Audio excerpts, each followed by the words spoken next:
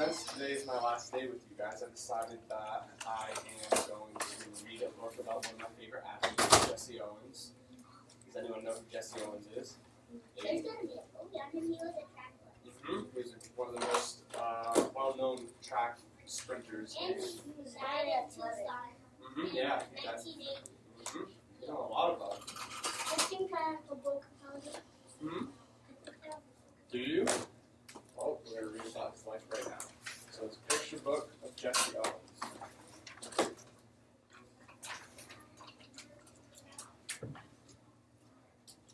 Jesse Owens was born on September 12, 1913, on a small farm in Oakville, Alabama. His given name was James Cleveland. His nickname was JC. JC's grandparents had been slaves. His parents, Henry and Mary Emma Owens, were sharecroppers. They farmed on another man's land and shared with him their small crop of corn and cotton.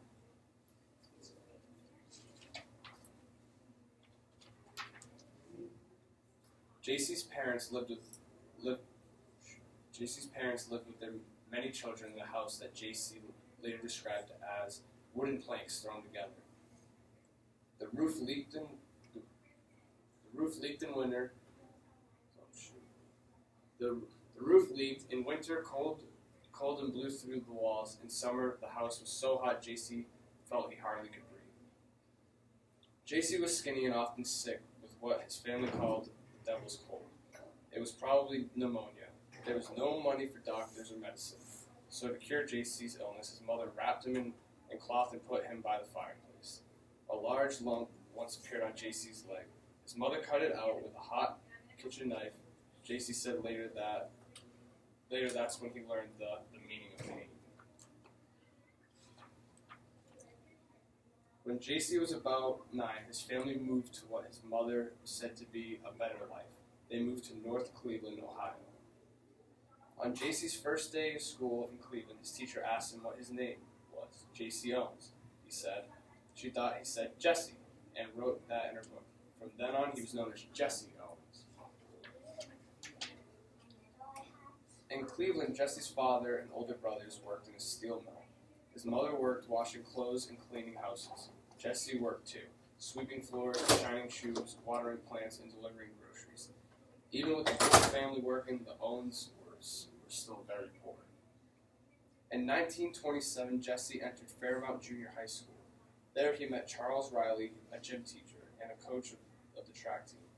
Riley saw Jesse run in gym class and asked him to train on the track team because Jesse worked afternoons. He met the coach every morning before school. Jesse felt very close to Coach Riley and called him Pop.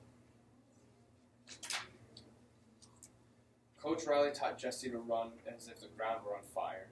He said Jesse should train not just for the next race, but to be the best runner he could be.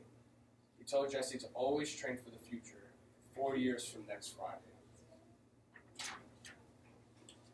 With a lot of work and with what Jesse later called his lucky legs, he ran so fast with such grace that he was called a floating wonder. One newspaper reporter wrote that when Jesse Owens ran, it seemed like he was about to soar in the air. In 1928, Jesse Owens set the junior high school record for the long jump and the high jump. In 1933, he set the high school records for the long jump and for the 220-yard dash.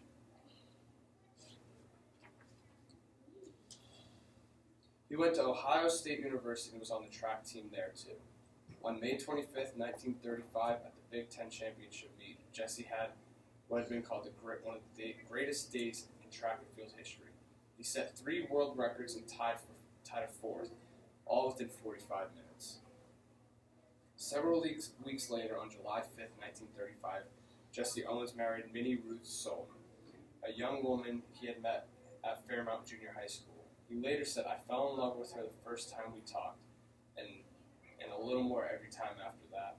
She was quiet, smart, and loving, a supportive wife for Jesse, and a good mother to their 3 daughters, Gloria, Marlene, and Beverly."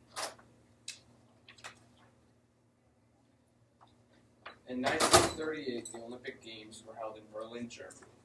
The knows where Germany is? Okay. I think it's in Europe. Good job. One of my neighbors actually born there. Really? Bad? And Germany's next to Belgium. It is. Adolf Hitler, the German Nazi leader at the time, said native Germans were part of a master race. The blacks and especially Jews were inferior. Jesse Owens and other athletes proved he was wrong. Jesse Owens won 4 gold medals and was the hero of the 1936 Olympics. He tied the Olympic world record of 10.3 seconds for the 100-meter race and set a new world record of 20.7 for the 200-meter race and around a curve, and was part of the teams to set a record for the 400-meter relays. With a long jump of 26.5 inches, Jesse Owens set a new Olympic record too. He seemed to be jumping clear out of Germany, wrote one of the reporters. Lutz Long, the popular German jumper who came in second, ran over to shake Jesse's hand. The picture of the two athletes, a black American and a white German, in the midst of all the hate and prejudice around them, is one of the lasting images of the 1936 Olympics. Did they do that? No. They did, but they still weren't treated right. It was still around the same time like Martin Luther King Jr. It was even earlier than that.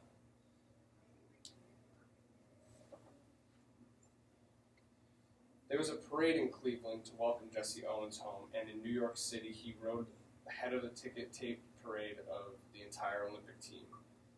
But they were just as prejudiced too, and Jesse said later on when he returned to the United States, "I couldn't ride in the front of the bus. I couldn't live where I wanted."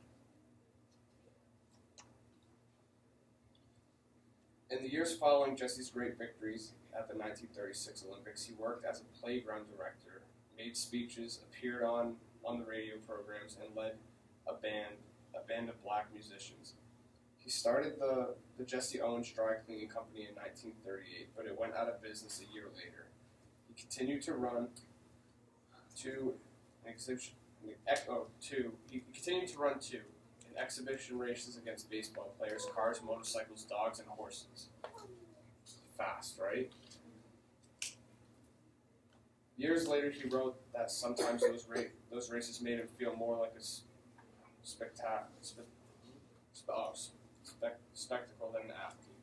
But he also wrote, "At least it was an honest living I had to eat." There's cars, horses, a lot of fast things. Motorcycle. Yeah. Jesse Owens gave hundreds of speeches on the value of family, religion, and hard work. He was warm and friendly, and audience loved to listen to him. Jesse Owens also wrote his autobiography in 2 books on issues facing the black community. And the first one, Black Think, My Life as a Black Man and White Man, he wrote, "If the Negro doesn't succeed in today's America, it is because he has chosen to fail.